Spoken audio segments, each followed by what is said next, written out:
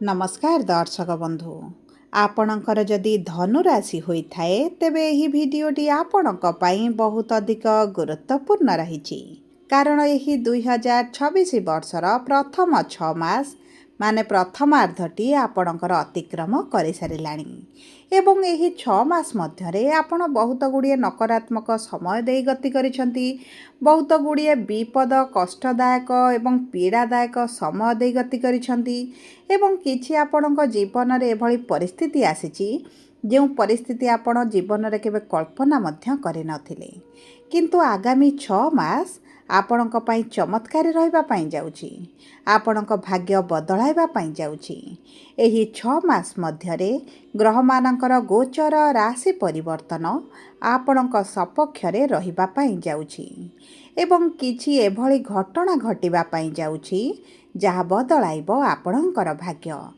किंतु केबे घटिबो केउ मासरे घटिबो एवं केउ ग्रहक प्रभाव रे घटिबो ताहा एही भिडियो रे विस्तृत भाव रे आगको आलोचना करिबा सबुठारु बड़ कथा हेउछि जो ग्रह गुडी को पाप ग्रह बोली कहा जाए छाया ग्रह बोली कहा जाए जेमिति कि शनि राहु केतु एही ग्रह गुड़िक मध्य एही शेष 6 मास मध्यरे आपण को शुभ फल प्रदान करिवे सेथिपई आपण टिके ध्यान देई देखंतु बुझंतु एवं निज जीवन रे परिवर्तन आणंतु एवं आजिर कार्यक्रमटिकु 4 भागरे विभाजित करा जाइछि प्रथम 3 भागरे धनु राशिर 3 गोटी नक्षत्रर व्यक्ति विशेष मानकर आगामी 6 मास केमिति कटिबो केउ क्षेत्र रे शुभ फल प्राप्ति करिवे केउ क्षेत्र रे भाग्य मजबूत रहिबो ताहा विस्तृत भाव रे आलोचना करिबा सहित शेष भागटी रे धनु लग्नर व्यक्ति विशेष मानक उपरे की प्रकार प्रभाव पड़िबो सेही विषय रे विस्तृत भाव रे आलोचना करिबा सेथिपई आपण आम सहित भिडियोर शेष पर्यंत जोड़ी होई रुहंतु आपणकर राशि जहाँ भी हेउना कहीं जदि आपणकर लग्नटी धनु रहिछि तेबे मध्य लग्न अनुसार आपणक जीवन रे निश्चित प्रभाव पड़िबो कारण लग्न हेउछि आपणकर पर्सनालिटी आपणक व्यक्तित्व आपणक स्वयं को लग्न बोली कहा जाए तेणुकरी राशि रे जदि भी अशुभत्व रहिछि एवं लग्न रे शुभाशुभ अछि तेबे मध्य आपणक उपरे शुभाशुभ फल प्राप्ति हेबो एवं ता सहित जदि आपणकर राशि रे शुभाशुभ अछि एवं लग्न रे अशुभत्व चलिछि तेबे मध्य आपण किछि कांशरे पीड़ा कष्ट देई गति करिवे सेथिपई भिडियोर शेष पर्यंत जोड़ी होई रुहंतु जानंतु आपणक लग्न रे शुभाशुभ रहिछि ना अशुभत्व रहिछि किंतु भिडियोटी आरंभ करिबा पूर्वरु जदि आपणकर भी धनु राशि होइथाए एवं आपण भी ईश्वर को आंतरिक भक्ति एवं विश्वास करंती तेबे भिडियोटी को लाइक करंतु कमेंट बॉक्स रे जय जगन्नाथ जय मां लक्ष्मी अवश्य लिखि दियंतु ता सहित आम सह जोगाजोग करिबा पाई भिडियोर मध्य भागरे एक व्हाट्सएप नंबरटीए दिया जाइछि जो नंबर साहाय्य आपण आम सह जोगाजोग करी निजर नूतन कुंडली प्रस्तुत करि परिबे कुंडली विश्लेषण कराई परिबे किंबा आपणकर चाकरी विवाह व्यवसाय प्रेम संपर्क शिक्षा स्वास्थ्य को नहीं किछि समस्या रहिछि ताहार सहजरे एवं स्वल्प मूल्य रे समाधान करि परिबे सेथिपई आपण आम सह भिडियोर शेष पर्यंत जोड़ी होई रुहंतु एवं व्हाट्सएप नंबर माध्यम रे आम सह जोगाजोग करी खूब कम मूल्य रे आपणक समस्यार समाधान करंतु एबे आसंतु कार्यक्रमटी को आगो को बढ़ाइबा एवं जानिबा आपणकर आगामी 6 मास केमिति रहिबो केउ ग्रह गुड़िक आपण को अधिक प्रभावित करिवे देखंतु एही जून मास 2 तारिख दिन देवगुरु बृहस्पति उच्चस्थ होइछंती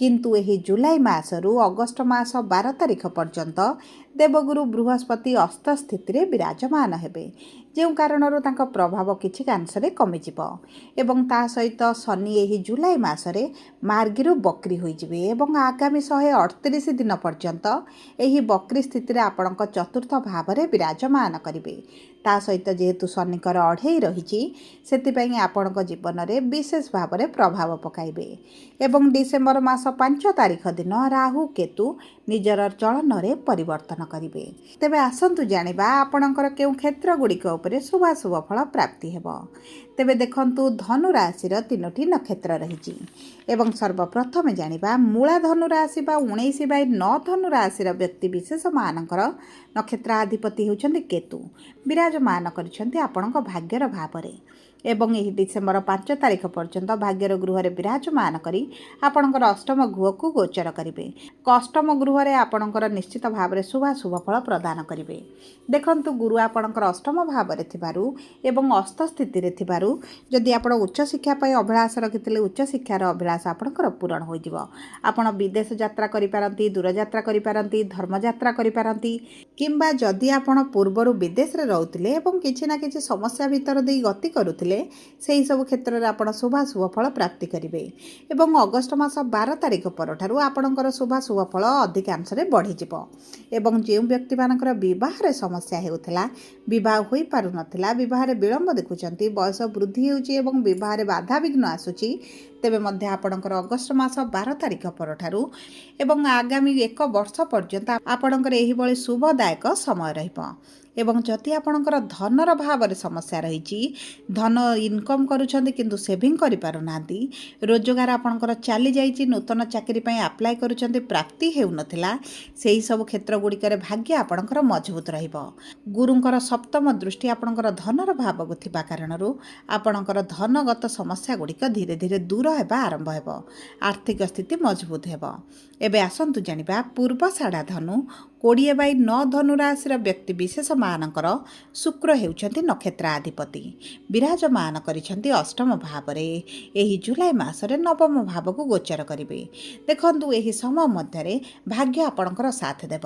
ଯଦି ଆପଣ ବିଦ୍ୟାର୍ଥୀ ଅଛନ୍ତି, ଶିକ୍ଷା କ୍ଷେତ୍ରରେ ସମସ୍ୟା ଦେଖୁଛନ୍ତି, ତେବେ ମଧ୍ୟ ସେଠାରେ ଶୁଭାଶୁଭ ଫଳ ପ୍ରାପ୍ତି ହେବ।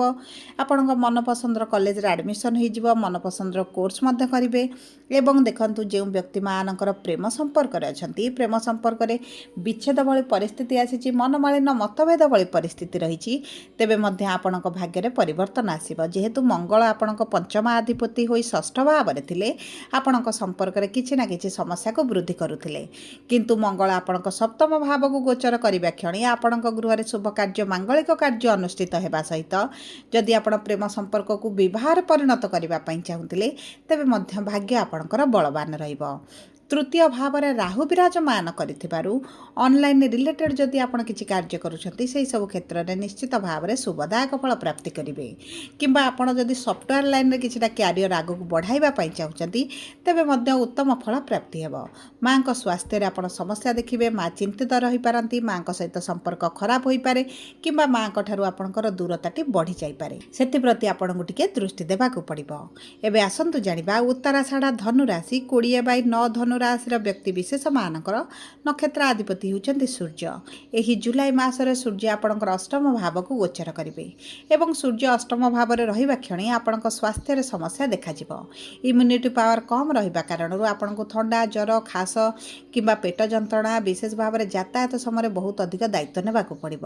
ସୂର୍ଯ୍ୟ, ବୁଧ, ଶୁକ୍ର ଏକତ୍ର ବିରାଜମାନ କରିଥିବାରୁ ଆପଣଙ୍କର ଚର୍ମଜନିତ ସମସ୍ୟା ମଧ୍ୟ ଦେଖାଦେଇପାରେ। ଏବଂ ଶନିଙ୍କର ସପ୍ତମ ଦୃଷ୍ଟି କର୍ମର ଭାବକୁ ଥିବା କାରଣରୁ ଆପଣଙ୍କ ପରିଶ୍ରମ ଅନୁପାତରେ ଆପଣଙ୍କୁ ଯେଉଁ ରେଜଲ୍ଟ ମିଳୁନଥିଲା, ପରିଶ୍ରମ ବୃଦ୍ଧି ଘଟୁଛି କିନ୍ତୁ ଆପଣଙ୍କୁ ଫଳ ପ୍ରାପ୍ତି ହେଉନାହିଁ, କିମ୍ବା ଆପଣଙ୍କର କ୍ରେଡ଼ିଟ୍ ଆଉ କାହାକୁ ମିଳୁଛି, ତେବେ ସେହି ସବୁ କ୍ଷେତ୍ରରେ ଅଗଷ୍ଟ ମାସ 12 ତାରିଖ ପରଠାରୁ ଆପଣ ଧୀରେ ଧୀରେ ପରିବର୍ତ୍ତନ ଦେଖିବା ଆରମ୍ଭ କରିବେ। ଯେହେତୁ ଗୁରୁ ଅଗଷ୍ଟ ମାସ 12 ତାରିଖରେ ଉଦୟ ହେବେ, ବଳଶାଳୀ ହେବେ, ସେହି ସମୟ ମଧ୍ୟରେ ଶନିଙ୍କ ଉପରେ ଉଚ୍ଚସ୍ଥ ନବମ ଦୃଷ୍ଟି ଦେବା କାରଣରୁ ଆପଣଙ୍କ କର୍ମକ୍ଷେତ୍ର ଉପରେ ଶୁଭାଶୁଭ ଫଳ ପ୍ରାପ୍ତି ହେବ। ଜମି, ଭୂମି, ଯାନ, ବାହନ ଯଦି କିଛି କ୍ରୟ କରିବା ପାଇଁ ଚାହୁଁଛନ୍ତି, ତେବେ ମଧ୍ୟ ଆପଣଙ୍କ ପାଇଁ ଉତ୍ତମ ସମୟ ରହିବ। କିନ୍ତୁ ଆପଣ ଯଦି ପୂର୍ବରୁ ଲିଟିଗେସନରେ ଫସି ଯାଇଛନ୍ତି ଏବଂ କୌଣସି ନା କୌଣସି ମିଥ୍ୟା ଆରୋପ ଲାଗିଛି, ତେବେ ଆପଣ ସେଥିରୁ ମଧ୍ୟ ବାହାରକୁ ବାହାରିବେ। ଏବେ ଆସନ୍ତୁ ଜାଣିବା ଯେଉଁ ବ୍ୟକ୍ତିମାନଙ୍କର ଧନୁ ଲଗ୍ନ ରହିଛି ଏବଂ ଆପଣଙ୍କର ଲଗ୍ନାଧିପତି ଦେବଗୁରୁ ବୃହସ୍ପତି ଅଷ୍ଟମରେ ରହିଛନ୍ତି, ଅଷ୍ଟମ ଭାବକୁ ଯେହେତୁ ଗୁପ୍ତ ଜ୍ଞାନ, ଗୁପ୍ତ ଧନର ଗୃହ ବୋଲି କୁହାଯାଏ, ଆପଣଙ୍କୁ ଅଚାନକ କିଛିଟା ଧନ ଲାଭ ହୋଇପାରେ, କିମ୍ବା ଆପଣଙ୍କ ପୈତୃକ ସମ୍ପତ୍ତିକୁ ନେଇ ଯଦି କିଛି ଡିସ୍ପ୍ୟୁଟ୍ ରହିଛି, ସେଥିରୁ ଆପଣ ବାହାରକୁ ଆସିବେ, ଆପଣଙ୍କ ପ୍ରାପ୍ୟ ଆପଣଙ୍କୁ ପ୍ରାପ୍ତ ହେବ। ସରକାରୀ ସ୍ତରରୁ କିଛିଟା ସହାୟତା ରାତି ପ୍ରାପ୍ତି ହୋଇପାରେ। ଯଦି ଆପଣ ପୂର୍ବରୁ କିଛି ପାର୍ଟନରସିପ୍ରେ କାର୍ଯ୍ୟ କରୁଥିଲେ, ସେଥିରେ ମଧ୍ୟ ଆପଣଙ୍କୁ ଭଲ ରେଜଲ୍ଟ ପ୍ରାପ୍ତି ହେବ। ଆପଣଙ୍କର ଯଦି जदि सहयोगींकर संपूर्ण सहयोग आपको मिलूना तेबे मध्य ताहा आपको प्राप्त हेब। जदि आपण एही समय मध्य स्व व्यवसाय आरंभ करने चाहूँगी तेबे भाग्य मध्य आपणकर साथ देव। एवं जदि आपण नूतन भाव में कर्मर सन्धान रही तेबे आपको यही जुलाई मास परठारु कर्म नियुक्ति हेबार बहुत अधिक संभावना रही। कारण दशम अधिपति केन्द्रस्थ सप्तम भाव में बक्री स्थित में विराजमान करेंगे। तेणुक दीर्घ दिन अटकी कार्यगुड़िक आपणकर संपूर्ण हो सब पर अशुभत्व को दूर कर शुभाशुभ फल वृद्धि करने आपण प्रत्येक दिन हनुमान चालीसा पाठ करूँ जेहेतु शनिकर अढ़ई चली सहित देवगुरु बृहस्पति बीज मंत्र 108 थर पाठ करूँ। सूर्य को प्रातः समय जल अर्पण करूँ। आदित्य हृदय स्रोत पाठ करूँ।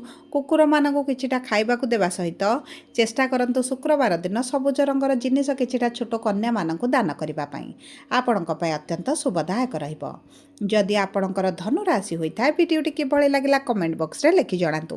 जदि प्रथम थर आम चैनल को आसी चैनल टी को सब्सक्राइब करंतु। पाखरे थिबा बेल आइकन को प्रेस करंतु। धन्यवाद।